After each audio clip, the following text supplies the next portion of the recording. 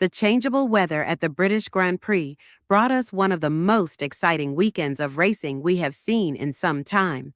While McLaren once again ruled supreme, it was Nico Hülkenberg, 37 years young, scoring his first ever podium finish that truly took center stage. The German's drive back from the back row of the grid was just phenomenal and earned him well-deserved praise. But while Hülkenberg richly deserved his moment in the limelight, it was not just his dazzling one-off performance that sent shockwaves. The driver's title battle was lit again with more drama, tension, and controversy than ever before. While Oscar Piastri and Lando Norris did not collide with one another as they had in Canada, it was a staggering penalty imposed upon Piastri that was the deciding factor for both in the fight for the race. Today, we're diving into what went down, why McLaren are upset with Verstappen, and where this puts the title fight. Stick around, this one's a roller coaster. Piastri's pain, a McLaren misfire. Lando Norris took his maiden home victory in a rubbish and damp British Grand Prix. But let's be realistic. Had it not been for a disputable 10-second penalty on teammate Oscar Piastri, Norris's victory could have been a distant dream. Before the mid-race lap 14 safety car, Piastri had already built a comfortable 13-second margin ahead of second-placed Max Verstappen, with Norris third. The Australian was in a different league, clearly the fastest car on track during the first half of the race. Even after the safety car restart, when the track began to dry out, Piastri was still holding pace, looking solid, but then disaster. When Piastri lined up for the final safety car restart on lap 22 and set up, he made a poor move on the hanger straight. Slowing down in preparation for the restart, he shocked Verstappen. The Dutchman, half blind in the rain, briefly overlapped Piastri before complaining on the radio that Piastri had cut across in front of him. It was eerily reminiscent of the Canadian Grand Prix, where Red Bull had complained of a similar maneuver by George Russell, but been instructed by the stewards to crack on. This time the stewards did differently. Piastri was sanctioned under a rule that calls for drivers to be even-paced behind the safety car.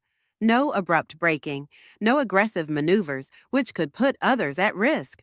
The 10-second penalty that Piastri incurred would end up costing him a lot. Having completed his penalty after stopping for dry tires during lap 44, Piastri came out of the pits just seconds ahead of Norris. If the penalty hadn't been taken, the deficit would have been much higher, at least 4.2 seconds. And with teams preferring to play it safe with penalties, it's more than likely that deficit would be even higher. The 12-second gap between their stops meant that aside from the penalty, Piastri would likely have been 6 seconds ahead of Norris with just 8 laps left in the race. The gap to close for Norris would have been virtually impossible. In his third season racing in Formula One, Piastri has built a reputation for being one of the coolest heads in the paddock, with a mentality that allows him to keep a cool head when the stakes are high. But Silverstone was different. His outrage at the decision of the stewards was evident. On the team radio after the race, Piastri maintained his comments concise, clearly reserving something. "I'm not going to say a lot, or I'll get myself in trouble," he admitted, presumably to FIA rules penalizing drivers for abusing officials. But while he remained coy on the radio, what he really thought was not difficult to listen to afterwards on the podium and in the cool-down room. Sure, a second-place finish and 18 more points for the championship were solid achievements, but Piastri's mood was far from celebratory. It was, hands down, one of the least enthusiastic podium celebrations we've seen in recent memory. When he faced the media afterward, Piastri didn't hold back. Speaking to F1 TV, he reacted to the penalty with a sour, "I thought the penalty was pretty bad, but anyway, I'm glad we had a quick car today. Shown what I needed to demonstrate." He is clearly still angry about the decision, and it is clear that this was not the race he was expecting. "I braked, saw the safety car lights extinguish, so I did not press on the gas again, and Max passed me, which is not common, and then I was penalized for that. So that is all. It is absolutely normal behavior to let the safety car get away when it is going in for the pits, and Verstappen ought to have been expecting Piastri to do that.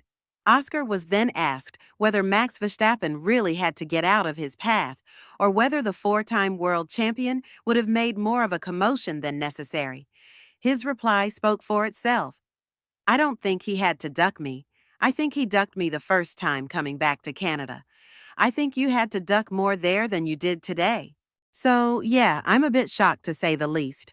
When Andrea Stella turned up late to the press conference for the written press, he had wished to review the footage of the incident again. His conclusion was that the penalty was too harsh and that Max overreacted a little too. We'll see also if some of the other competitors kind of created the situation look worse than what it is, because we know that as part of the racecraft, to some competitors, definitely there's also the ability to make others look like they're creating extreme violations when they are not. So, a few things to review at this point.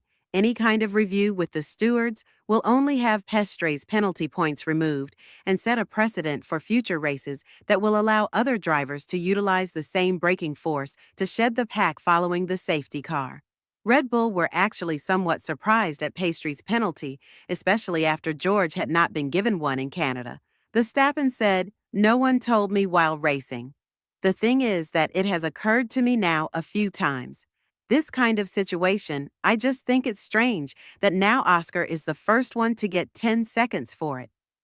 When Verstappen was questioned if the incident with Russell was not as bad, he replied, "Well, to the stewards, yes," explaining perfectly that he thought there was not much difference between Piastri and Russell's actions. Christian Horner said during the British Grand Prix that he wasn't surprised at Piastri's penalty, but was surprised at how inconsistent the stewards' decisions had been. That was what you would expect. It was probably more shocking that George didn't get one in Montreal. Honest to goodness. In reality, the stewards' determining factor was probably the weather. The reduced visibility and tendency to brake due to the damp track rendered Piastri's maneuver much more risky than that of Russell. We've seen what the Constantina effect of braking can look like in the past when Lance Stroll erroneously rear-ended Daniel Ricciardo in China last year. Although there was no contact here, contact was threatened, and that is where the stewards' decision came from. Glory for Norris while Piastri and Hülkenberg soaked up the headlines. Lando Norris's British Grand Prix win gets its moment in the spotlight as well. But first, if you're viewing and you'd prefer to see more of this year's F1 races with news and analysis, don't forget to like this video and subscribe to our channel. Thanks. While the podium itself was a fairly low-key affair in the aftermath of the British Grand Prix, Norris's celebrations really started after he arrived at his team. He might have a second nose scar to complement one from a glass cut last year when the photographer fell off the barriers of the pit wall and smashed the McLaren driver's trophy into his face while he was trying to celebrate his Silverstone victory with the fans. But soon after, he was atop the fan stage, 2 strips of medical tape on his injury with teammate Oscar Piastri and McLaren CEO Zak Brown.